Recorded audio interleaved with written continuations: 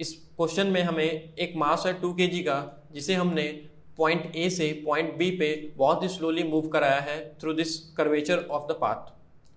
हमने बहुत ही slowly move कराया है, it means initial kinetic energy भी इसका जीरो रहा होगा and the final kinetic energy भी इसका जीरो रहा होगा। इस मास पर जो कि 2 kg का मास है, उस पर टोटल 3 तरह के फोर्स एक्ट कर रहे होंगे। एक फ्रिक्शन जो कि इसके मोशन के बिल्कुल अपोजिट एक्ट कर रहा होगा, क्योंकि फ्रिक्शन का ऑलवेज टेंडेंसी होता है रिलेटिव मोशन को अपोज करना। एक ग्रेविटी जो कि वर्टिकली डाउनवर्ड एक्ट कर रहा होगा, and third the external force जो कि एक्सटर्नल एजेंट अप्लाई कर रहा होगा। बेसिकली हमें इस क्वेश्चन में वर्क एनर्जी थ्योरम को अप्लाई करना है। दैट मीन्स मैं लिख सकता हूँ work done by friction plus work done by gravity plus work done by external agent that must be equal to change in kinetic energy, that is initial kinetic energy 0 और final kinetic energy भी 0 है, that is 0 minus 0।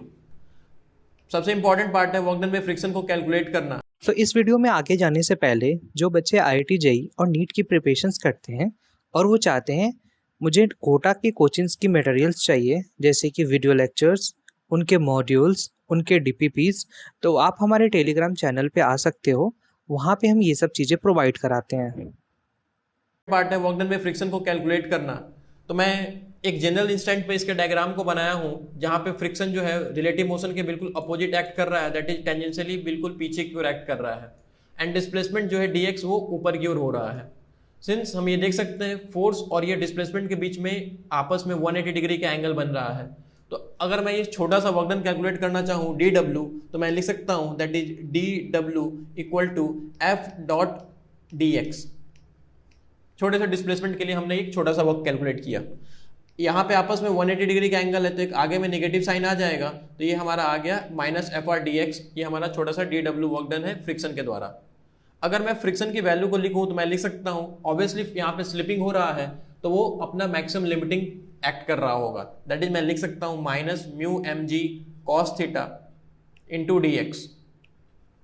अब अगर मैं इस diagram को देखूं तो डी एक्स कॉस थीटा मुझे दिख रहा है डीएल के बराबर है, तो मैं उसे रिप्लेस कर सकता हूं minus mu m g into d l. ये हमारा डी डब्ल्यू आ गया। अगर मैं इसे इंटीग्रेट कर दूं 0 से 200 तक, तो हमारा वो फ्रिक्शन का वर्क डन पूरे पाथ ए टू बी तक का आ जाएगा।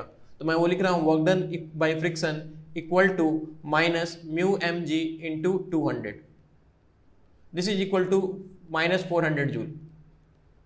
नाउ इस वैल्यू को मैं इक्वेशन नंबर फर्स्ट में पुट कर देता हूं, that is minus 400 plus work done by gravity जो कि 0 है, क्योंकि initial height and final height दोनों सेम है, that is 0 plus work done by external agent equal to 0। तो यहां से मैं work done by external agent बता सकता हूं which is equal to 400 joule.